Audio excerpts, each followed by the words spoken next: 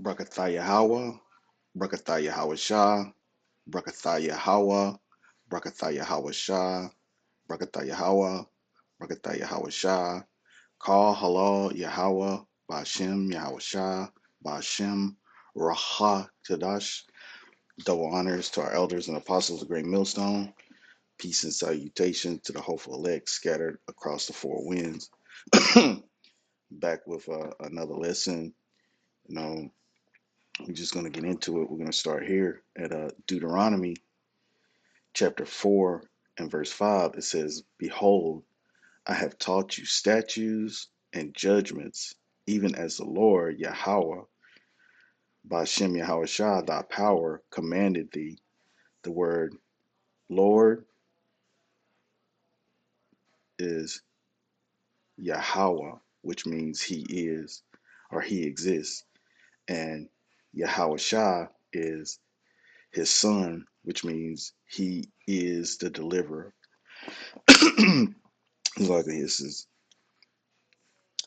H3068 Yahweh, the existing one, the proper name of the one true power. Looks like we went offline, but as it stands, it says, Behold, I have taught you statutes and judgments, even as Yahweh by Shem Yahweh Shah, my power commanded me, that ye should do in the land whither ye go to possess it. Keep therefore and do them, for this is your wisdom and your understanding in the sight of the nations, which shall hear all these statutes and say, Surely this great nation is a wise and understanding people. For what nation is there so great, who hath the Most High so nigh unto them, as Yahweh by Shem Shah, our power is in all things that we call upon him for? And what nation is there so great that have statutes and judgments so righteous as all this law which I set before you this day? So the Heavenly Father chose the children of Israel to give them a law, you know, and that we were supposed to do it. We were supposed to keep his law. But the other nations, they despise us because the Lord chose us and gave us this law. I mean, it goes all the way back that, the other nations have despised the Lord's children and tried to persecute them for being separate. The Israelites have always been the Lord pulled them out to be separate. This is Deuteronomy chapter 7 and verse 6. It says, For thou art an holy people unto Yahweh by Shem Shah thy power, and Yahweh thy power hath chosen thee to be a special people unto himself above all people there upon the face of the earth. It says, And Yahweh did not set his love upon you, nor choose you because you were more in number than any people, for you were the fewest of all people, because Yahweh, by Shem Shah, loved you, and because he would keep the oath which he had sworn unto your fathers, hath the Lord, Yahweh by Shem Shah, brought you out with a mighty hand and redeemed you out of the house of bondage from the hand of Pharaoh, the king of Egypt. So, these things never change. These things have not changed. The Lord loved us and gave us a law that we were supposed to be better than everybody. But yet, in today's times, you Israelites, you Hebrew Israelites, you Negroes, Latinos, and Native Americans, you forgot this. You forgot that you were a chosen people and that you were supposed to live by certain laws. You have been duped by the enemy to, to follow after his ways. It goes way back. Well, let's get that. I think this is a. Uh, uh, Slovakia.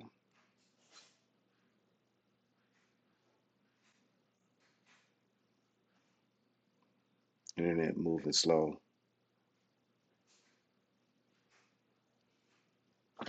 I got my sword right here, so I'll get it.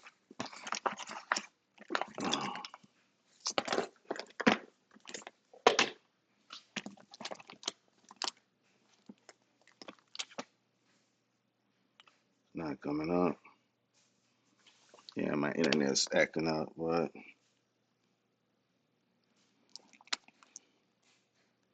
hold on. Okay, yeah, this is.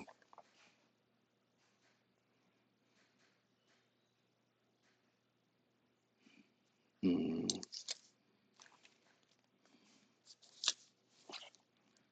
so I can.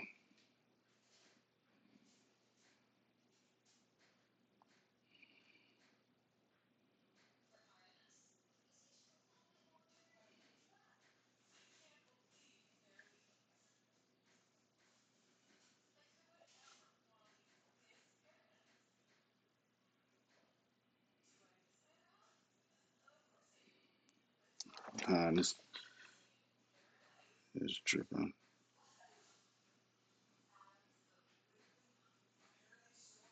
Um,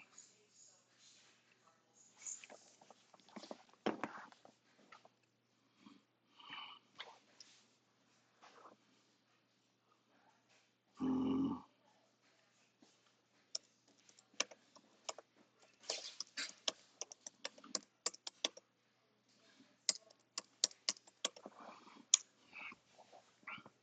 yeah, here it is. This is First Maccabees chapter 1 and verse 41. It says, "Moreover, King Antiochus wrote to his whole kingdom that all should be one people, and that everyone should leave his laws. So all the heathen agreed according to the commandment of the king. Yeah, many also of the Israelites consented to his religion and sacrificed unto idols and profaned the Sabbath." So the Israelites joined unto the heathen in, in this instance. And what would you call, 100 years later, these Israelites that joined and started acting, going after the religion of the heathen, you know, when you look into the future, they would be calling those people they would be calling those people Gentiles, although they were Israelites and bloodline descendants of Abraham, Isaac, and Jacob. But in the past, they wanted us to leave our laws, and they've always had a disdain for, the things that the Heavenly Father has told us to do. Just as far as dietary law, uh, the law of sacrifice.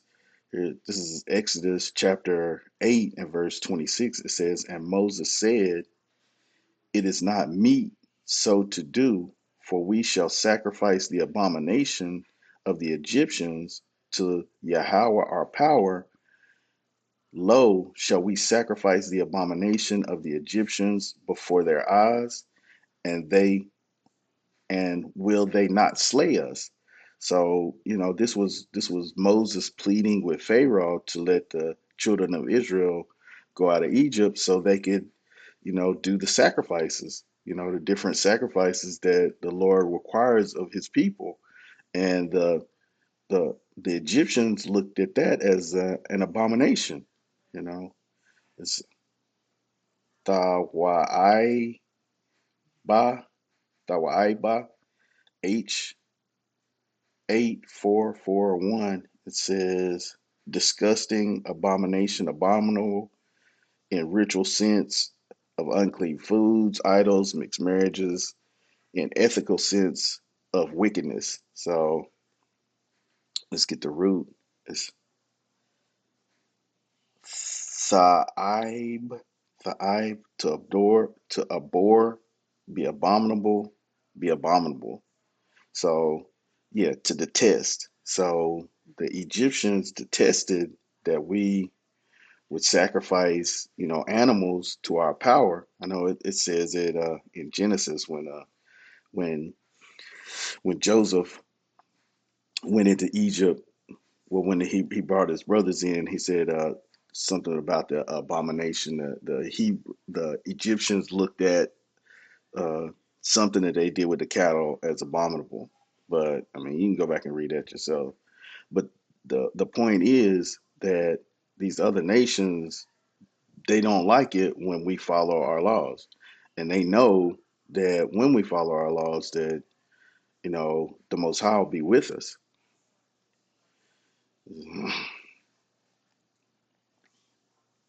Slovakia,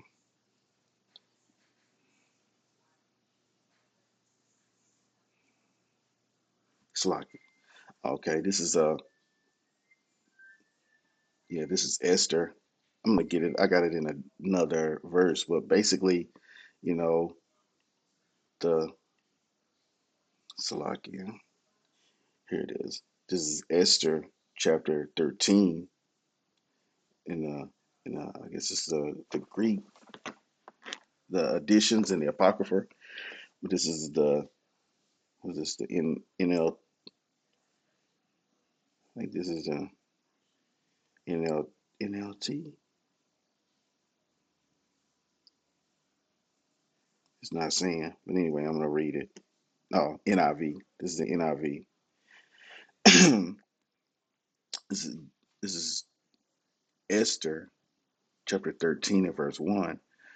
And this was a copy of the letter Artaxerxes the great, king who reigneth from India to Ethiopia, to the princes and the governors of the 127 provinces that are subject to his empire, greeting. Whereas I reign over many nations and had brought all the world unto my dominion, I was not willing to abuse the greatness of my power, but to govern my subjects with clemency and leniency and lenity, that they might live quietly without any terror, and might enjoy peace, which is desired by all men. But when I asked my counselors how this might be accomplished, one that excelled the rest in wisdom and fidelity, and was second after the king, Ammon by name. I know it says Haman in the other Esther, but he's a Edomite.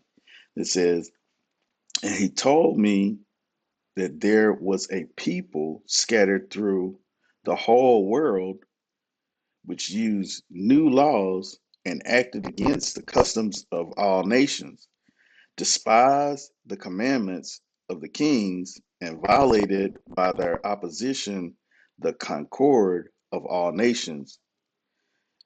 It says, therefore, having learned this and seeing one nation in opposition to all mankind, using perverse laws and going against our commandments and distributing the peace and concord of the provinces subject to us, we have commanded that all whom Ammon shall mark out, who is chief over all the provinces and second after the king, of whom we honor as a father, shall be utterly destroyed by their enemies with their wives and their children, and that none shall have pity on them on the 14th day of the 12th month, Adar, of the present year, that these wicked men going down to hell in one day may restore to our empire the peace which they have disturbed. So this is Ammon, advising Artaxerxes that the Jews or the Israelites had different customs and different laws, and that they should be put to death. And this is the time that we're getting ready to come into, you know, in this day and age as well. The because we have found out, you know, those dry bones have came awake, and we have found out that, we're the children of Israel, and that we've been following after all of these other, we fell into that Antiochus Epiphany spirit to where all people are one. That's what we've been taught by our enemies, and since we're coming out of that, then you know, these people are going to come down on us. They're going to come down on us hard. But in the past, I mean, it's just going to be like it happened in the past. They're going to want us to do these things that the other people that we're commanded not to do. But this is Ezra chapter 4 and verse 15. It says, okay, Salaki, let's go up. It said, okay, this is, yeah, Ezra chapter 4 and verse 13. It says, be it known unto the king that if this city be builded and the walls set up again, then will they not pay toll, tribute, or custom, or so shall they in so thou shalt in damage the revenue of the kings. Now, because we have maintenance from the king's palace, and it was not meet for us to see the king's dishonor, therefore have we sent and certified the king, that search may be made in the book of the records of thy fathers, so that thou find in the book of the records and know that this city is a rebellious city and hurtful unto kings and provinces, and that they have moved sedition within the same of old time, for which cause was this city destroyed.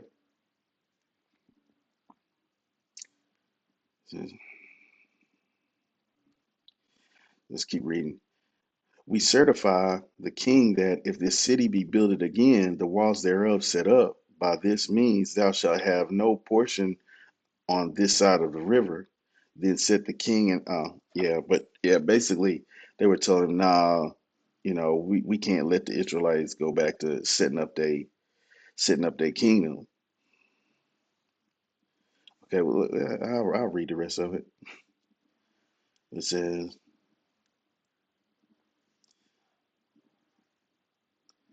it says that search may be made in the book of the records of thy fathers, so that thou find in the book of the records and know this city is a rebellious city, hurtful to kings and provinces, and that they have moved sedition within the same of old time, for which cause was the city destroyed.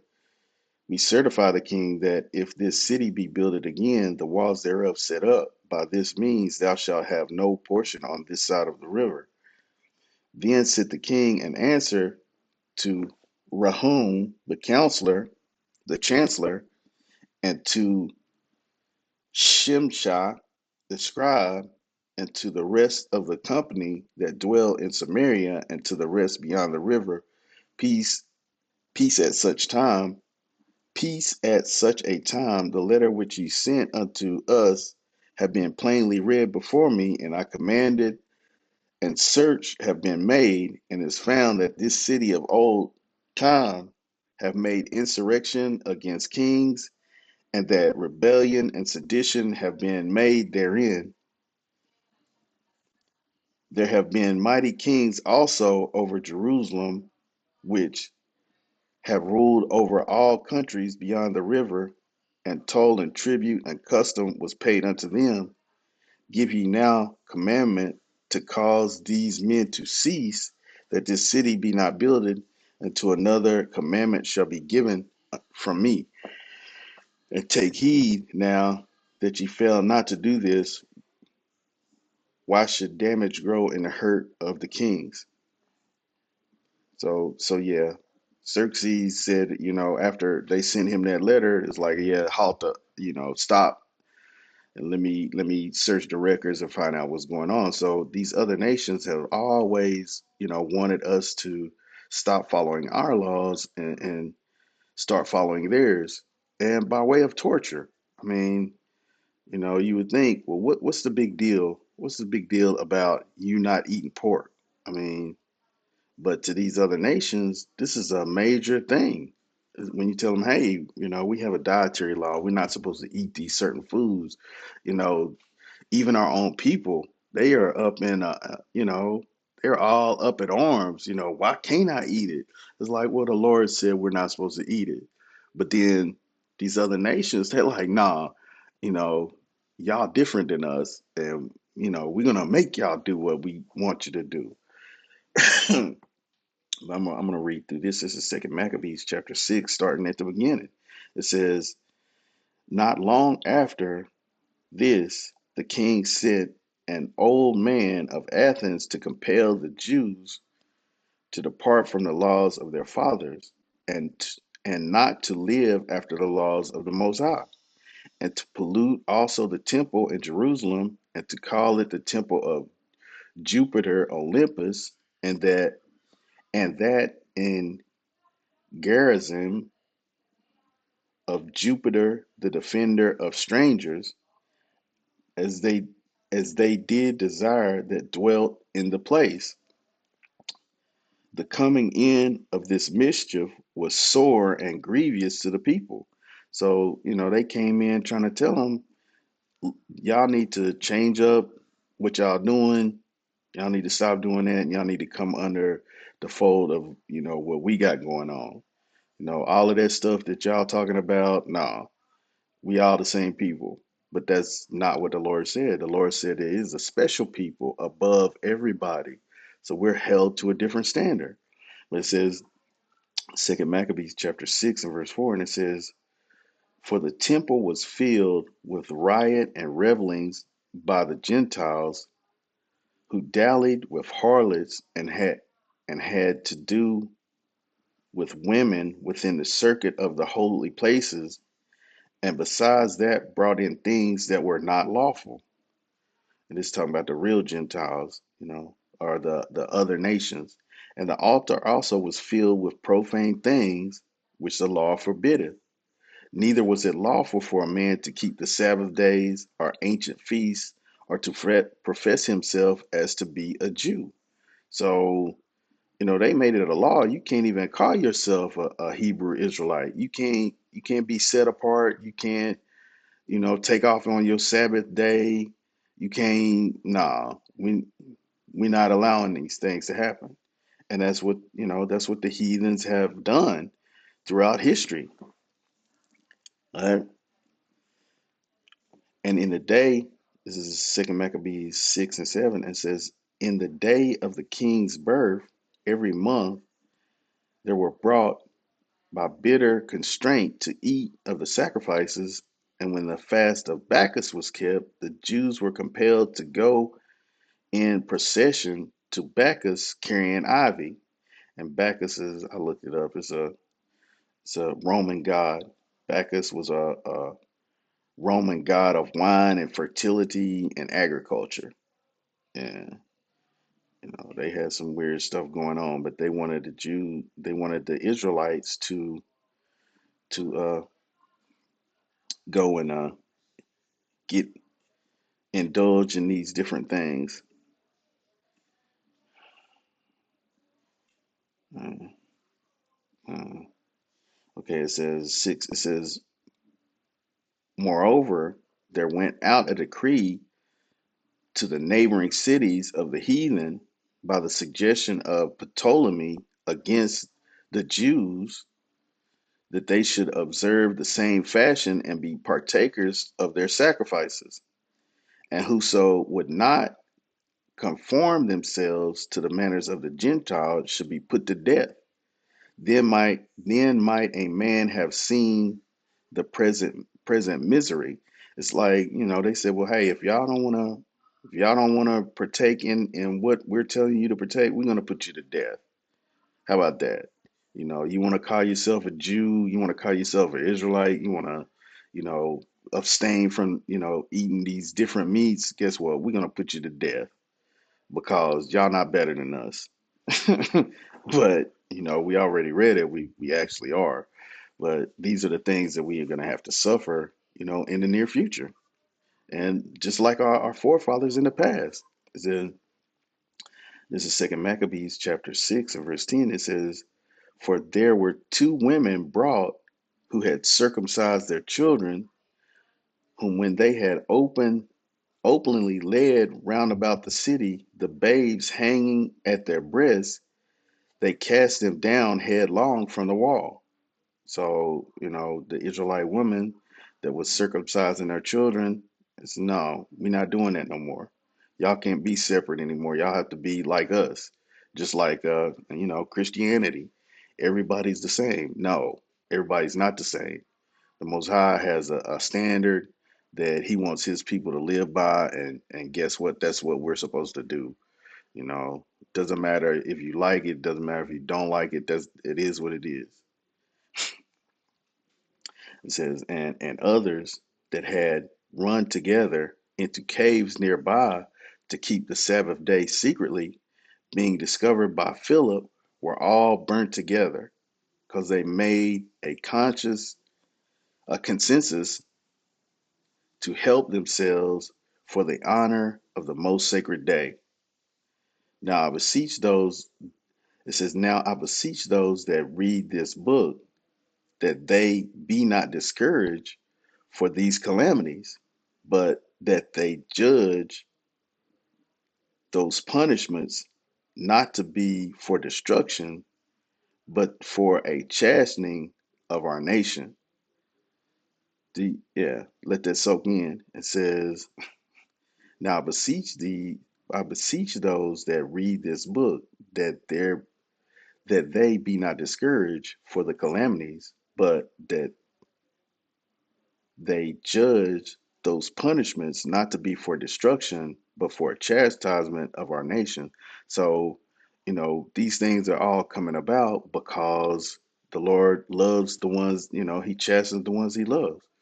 He loves us. So yes, we going through it. We going through it, but the reward that we're going to get is going to be far greater than we can even imagine.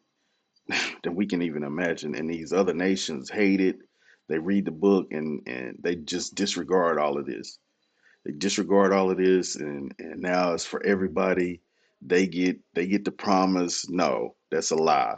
That's a straight up lie. Only the Hebrew Israelites are going to get it because they're only the ones uh, that are in agreement with the Most High, to keep His laws, statutes, and commandments, and they're the only ones that are under, as a nation, that's under the curses. So, when you go to Jeremiah chapter 31 and 31, I mean, it explains to you, the new covenant is for Israel. But anyway, it says, Second Maccabees 6 and 13, it says, for it is a token of his great goodness when wicked doers are not suffered any long time, but forthwith punished. For not as with other nations whom the Lord patiently forbear to punish till they be come to the fullness of their sins, so dealeth he with us. See, but Salakia, the Lord punishes us, little by little. But the other nations, he lets them rack up, he lets them rack up a big toll before he punishes us. But us, he corrects us little by little. Let's I'm gonna jump right down to it and we'll get this. It says, this is Second Maccabees chapter 6 and verse 18. It says, Eleazar, one of the principal scribes, an aged man and of well favored countenance, was constrained to open his mouth and to eat swine's flesh. So, they want us to eat, they want us to eat swine's flesh because they know it's against our law. But he chose rather to die gloriously than to live stained with such an abomination, spit it forth, and came of his own mouth according to the torment.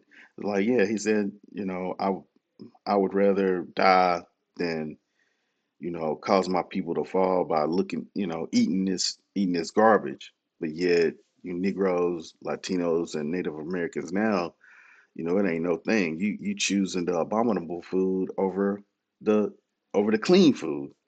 But this man, we're gonna read over it, but this man was killed and tormented for keeping the laws.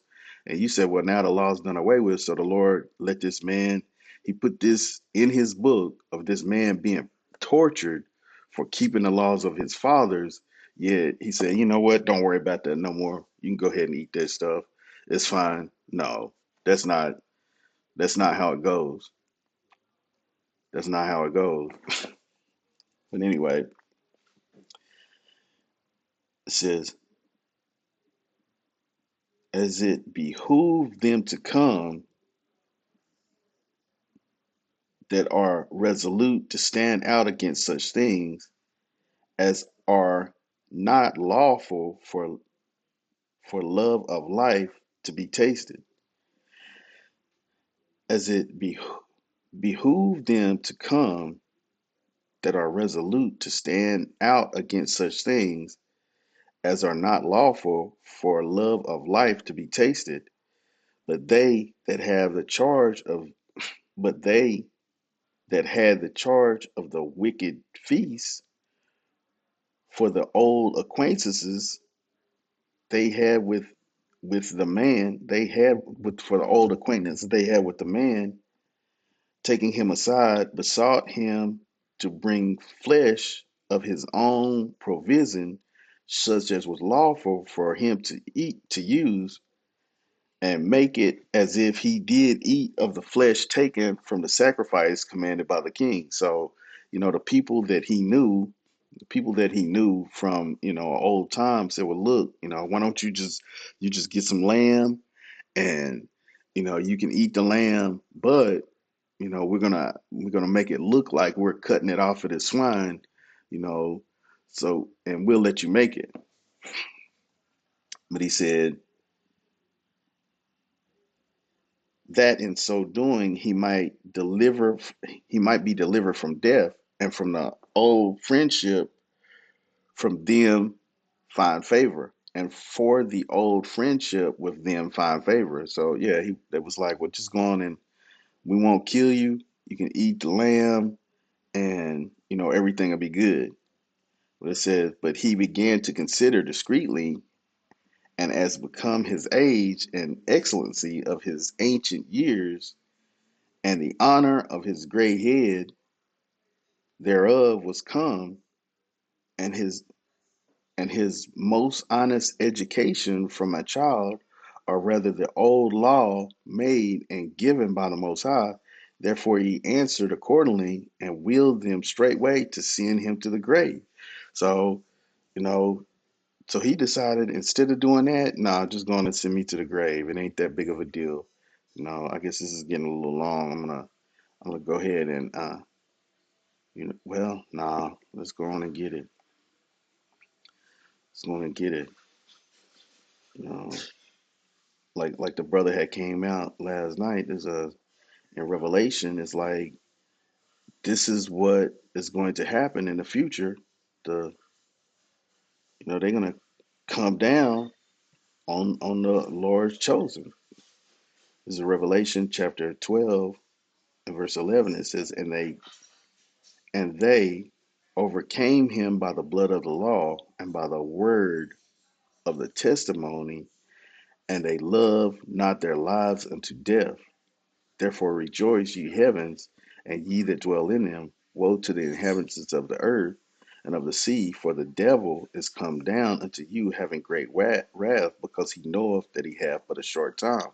It says, so, these are future events.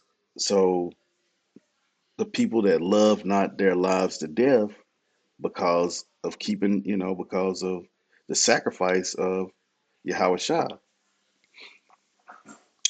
And like I said, it's hard to punish somebody that's not afraid to die. It's not, what can you do against somebody that's not afraid to die?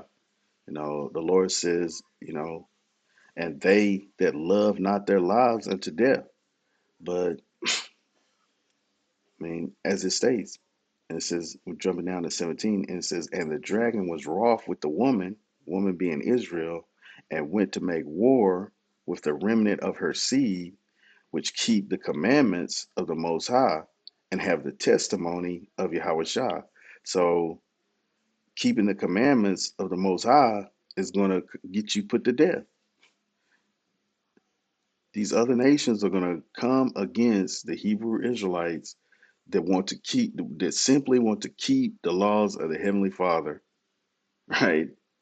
So these other nations, they hate the Father. But as it stands, what is the testimony of Yahweh Shah? Yeah. testimony of Yahweh Shah is a spirit of prophecy. Well,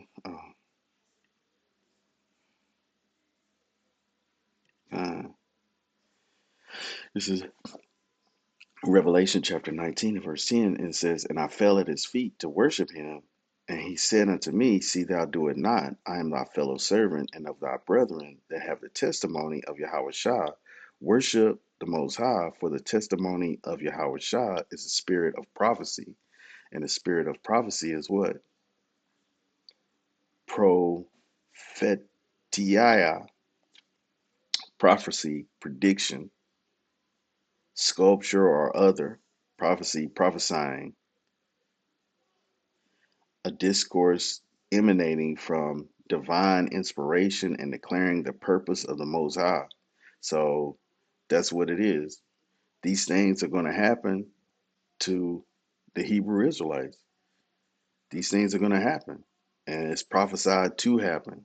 You know, Lord willing, I hope this lesson was edifying. I'd like to give all praise, honor, and glory to Yahweh, Ba'ashem, Yahweh Shah, Ba'ashem, Raha Kadash. Double honors to our elders and apostles of Great Millstone. Peace and salutation. Shalom.